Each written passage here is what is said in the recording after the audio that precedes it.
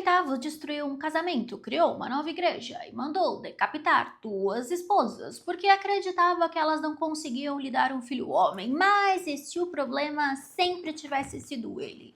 Oi, coroados e curiosos, eu sou a Steph e hoje vamos investigar o maior pesadelo de Henrique VIII, sua fertilidade. As teorias médicas, se foi também pura falta de sorte, vamos descobrir.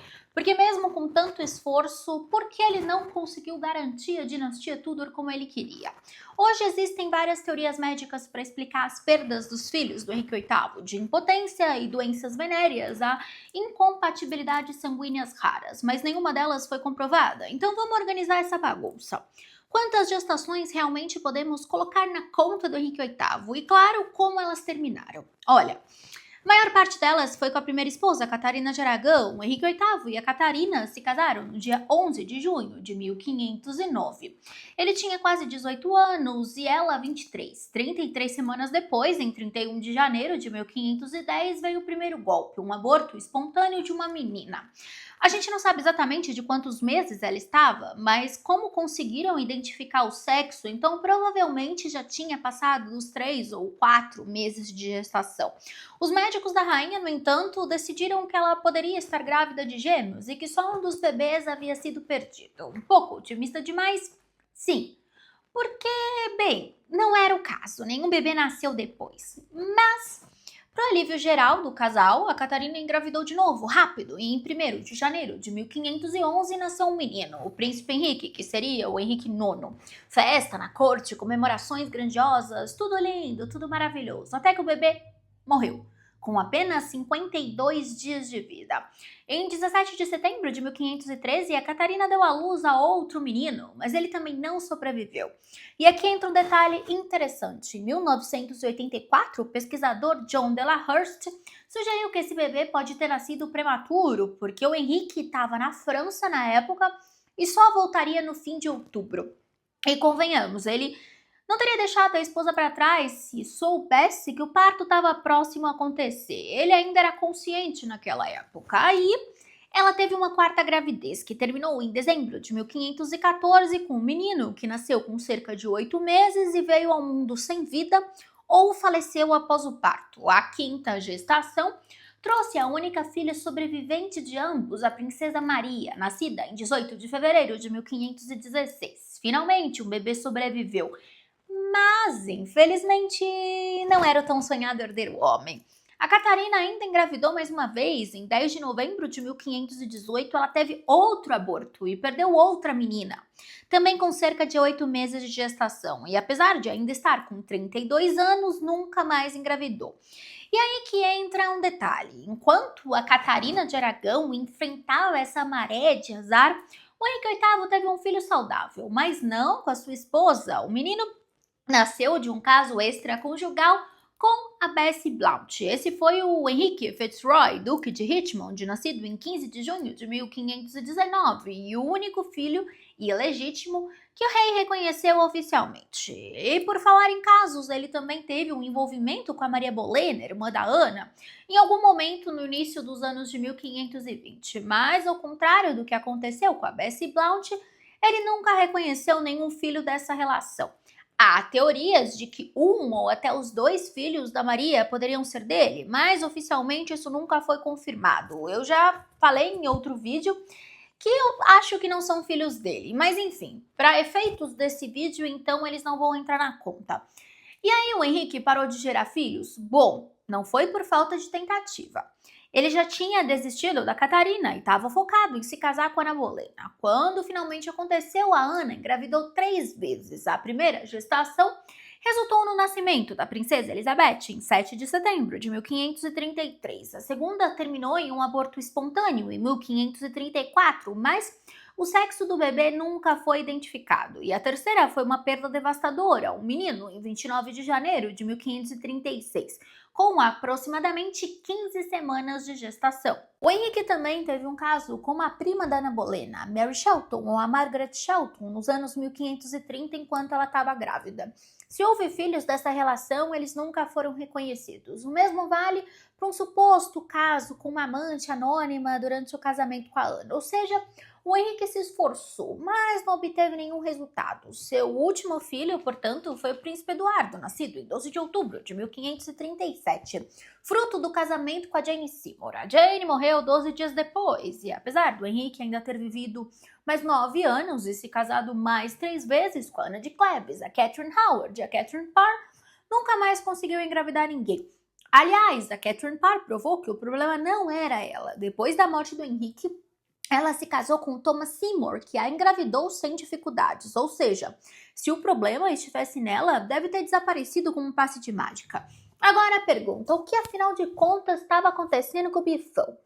O que temos aqui são 11 gestações confirmadas entre 1509 e 1537 com 4 mulheres diferentes. O resultado disso foi 4 meninas, 6 meninos e um bebê cujo sexo ninguém sabe. Mas aqui vem o verdadeiro problema. Desses 11 bebês, apenas 5 sobreviveram ao parto e às primeiras horas de vida. E pior ainda, só 4, 2 meninos e 2 meninas, passaram das primeiras 8 semanas de idade. Muita gente pensa que o Henrique tinha dificuldade em conceber meninos, mas não é por aí, ele até gerou mais meninos do que meninas. O problema real foi outro. Primeiro, muitas dessas gestações não chegaram ao fim, como eu comentei, resultando em abortos espontâneos, natimortos ou bebês que morreram logo após o nascimento. Segundo, depois que a Jane Seymour engravidou do Eduardo, no começo de 1537, o Henrique VIII nunca mais engravidou ninguém, pelo menos que a gente sabe.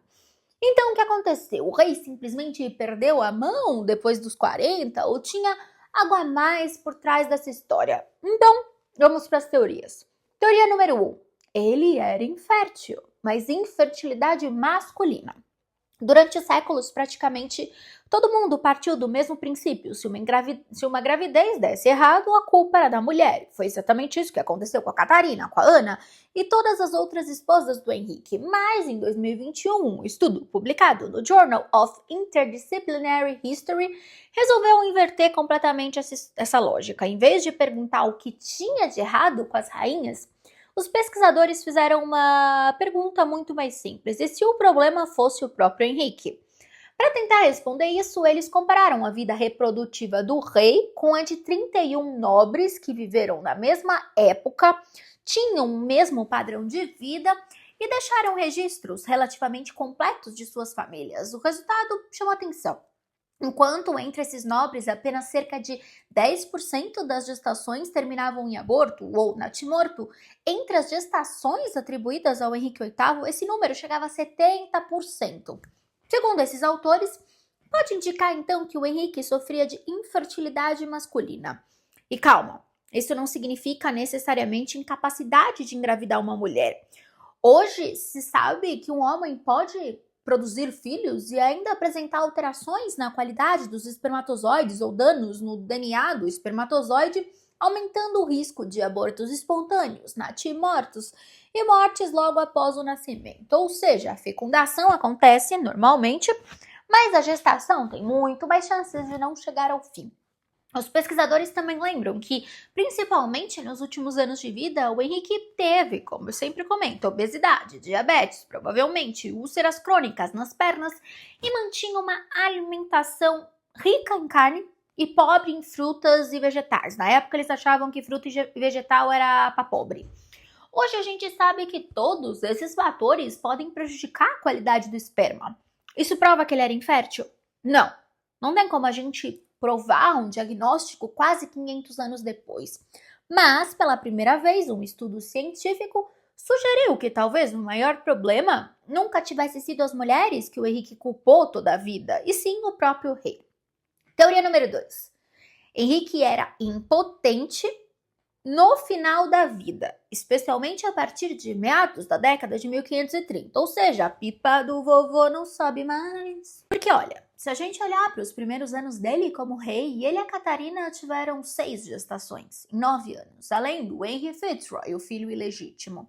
Ou seja, até esse ponto, parece que o problema não era a funcionalidade de lá, mas sim a sobrevivência dos bebês. Com a Ana Bolena, as coisas também começaram bem. Ele conseguiu engravidá-la rapidamente no final de 1532, quando finalmente começaram a dormir juntos. E 3 ou 4 meses depois de dar à luz a Elizabeth, Ana já estava grávida de novo. Mas entre 1534 e 1535, Começaram os primeiros sinais de que o Henrique podia estar enfrentando problemas no departamento íntimo. Depois do aborto espontâneo de 1534, ela só engravidou novamente de forma confirmada em outubro de 1535, segundo uma carta do imperador Chapuí, escrita em 18 de maio de 1536. A Ana chegou a reclamar que o Henrique não tinha nem vigor e nem vontade entre quatro paredes, o que naquela época era praticamente um divórcio verbal. Calma, porque isso pode ser só uma fofoca, lembrando que o Chapuí era um grande defensor e amigo da Catarina de Aragão, então ele não era imparcial quando o assunto era na Bolena. De qualquer forma, o Henrique se casou com a Jane Seymour no final de maio de 1536 e conseguiu engravidá-la do Eduardo no começo de 1537. Então, pelo visto, ainda dava para fazer acontecer, só que depois disso nada mais rolou. A situação ficou impossível de ignorar quando ele se casou com a Ana de Cleves em janeiro de 1540. O próprio rei admitiu que não conseguiu consumar o casamento, mas, em vez de admitir um possível problema, ele culpou a esposa de 24 anos, dizendo que ela era sem graça e tinha os peitos caídos. Ele só esqueceu de um pequeno detalhe. Desde 1536 ele já tinha uma úlcera crônica na perna, estava obeso e sua saúde para essa era só para pior. Agora vamos ser honestos, levando em conta os retratos da Ana de Cleves e os relatos de quem a conheceu, essa desculpa não convence muito. E aí tem mais um detalhe suspeito. O Henrique não conseguiu engravidar suas duas últimas esposas, sequer a gente não sabe se transou. A Catarina Howard era uma adolescente, a Catherine Parr estava na casa dos 30 e nunca tinha engravidado antes, mas depois da morte do Henrique, como eu comentei, ela se casou com Thomas Seymour, engravidou e teve uma filha. Ou seja, se o problema estivesse nela, simplesmente desapareceu junto com o rei, glória a Deus. Portanto, faz sentido acreditar que o Henrique possa ter desenvolvido impotência ou algum grau de disfunção erétil a partir de meados da década de 30, o que explicaria a ausência de filhos depois do nascimento do Eduardo. Mas essa teoria não explica a quantidade absurda de bebês que ele perdeu antes disso. E para responder, a gente precisa olhar para outras possibilidades. E aí entra a teoria da sífilis. Essa ideia surgiu em um artigo de 1888, publicado no Edimburgo Medical Journal, mas desde então os médicos modernos praticamente destruíram essa hipótese, porque não tem nenhuma evidência confiável que a comprove. Primeiro, vamos para o básico. O que acontece com alguém que tem sífilis não tratada? Bom, a doença pode começar de um jeito discreto, sim, com feridas, queda de cabelo, erupções cutâneas, mas se a infecção avança para a fase terciária, que pode surgir entre 10 e 30 anos depois, o estrago é sério. Danos irreversíveis ao cérebro, ao coração e ao sistema nervoso, podendo causar demência, paralisia e até cegueira. Ou seja, se o Henrique tivesse sífilis, uma hora ou outra a conta teria chegado. Talvez ele até pudesse ter contraído a doença, mas agora adivinha quantos relatos existem de Henrique ou das suas esposas apresentando esses sintomas? Nenhuma fonte confiável da época menciona o rei sofrendo com feridas estranhas, perda de peso repentina, inclusive foi justamente o contrário, ou problemas neurológicos. E olha que esse era exatamente o tipo de fofoca que os embaixadores e cronistas da época iam adorar espalhar. E se ele estivesse na fase latente da doença, sem sintomas visíveis? Bom, até poderia ser, se não fosse por um pequeno detalhe. Nenhum dos filhos nasceu com sífilis congênita. Se o Henrique tivesse a doença e transmitisse para as esposas, pelo menos alguns dos bebês teria nascido com problemas graves, como deformações ósseas, cegueira, outras manifestações da doença. Mas todos os filhos reconhecidos do Henrique, Maria, Elizabeth, Eduardo e o Fitzroy, não apresentaram nada disso. Aliás, sabe quem também nunca apresentou nada? As amantes do Henrique. A Bessie Blount, por exemplo, teve 6 filhos com seus 2 maridos, saudáveis. Maria Bolena também teve os 2 filhos sem complicações conhecidas, ou seja, o Henrique teria que ser um caso médico praticamente único na história, infectando algumas pessoas, mas deixando outras completamente lisas. E se ele tivesse tratado a doença e ela desaparecesse? Bom, tratamento padrão para sífilis naquela época era mercúrio. Não tem nenhum registro do Henrique recebendo esse tipo de tratamento. E, sinceramente, se ele tivesse passado por isso, os efeitos colaterais seriam tão evidentes que certamente alguém teria comentado. Então, resumindo, a teoria da sífilis não faz o menor sentido. Ela foi criada no século XIX, antes da medicina compreender direito como a doença realmente funciona, e sobrevive até hoje muito mais por repetição do que por evidências. Mas, se a gente olhar para os fatos históricos e médicos, não tem nada então que sustente essa ideia. Então, se não for a sífilis, o que poderia explicar a sequência absurda de abortos e natimortos entre as esposas do Henrique? Bom, agora a gente entra numa teoria que realmente faz sentido. E agora a gente conversa entre adultos, tá? Incompatibilidade RH, território da genética. E olha, se o Henrique VIII soubesse disso na época, talvez tivesse economizado um monte de casamentos e algumas decapitações. Essa teoria sugere que o verdadeiro problema estava no sangue do casal, mais especificadamente no fator RH.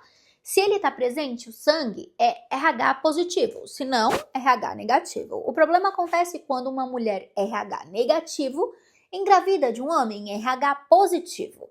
Na primeira gestação, geralmente tudo corre bem, mas depois do parto ou quando o sangue da mãe entra em contato com o sangue do bebê, o organismo dela pode começar a produzir anticorpos contra o fator RH positivo. E o que acontece depois? Em futuras gestações com bebê RH positivo, esses anticorpos podem aumentar o risco de complicações graves, natimortos e recém-nascidos muito debilitados. Hoje em dia, é totalmente evitado com uma simples injeção. Minha mãe, inclusive, tomou, mas no século XVI, esquece.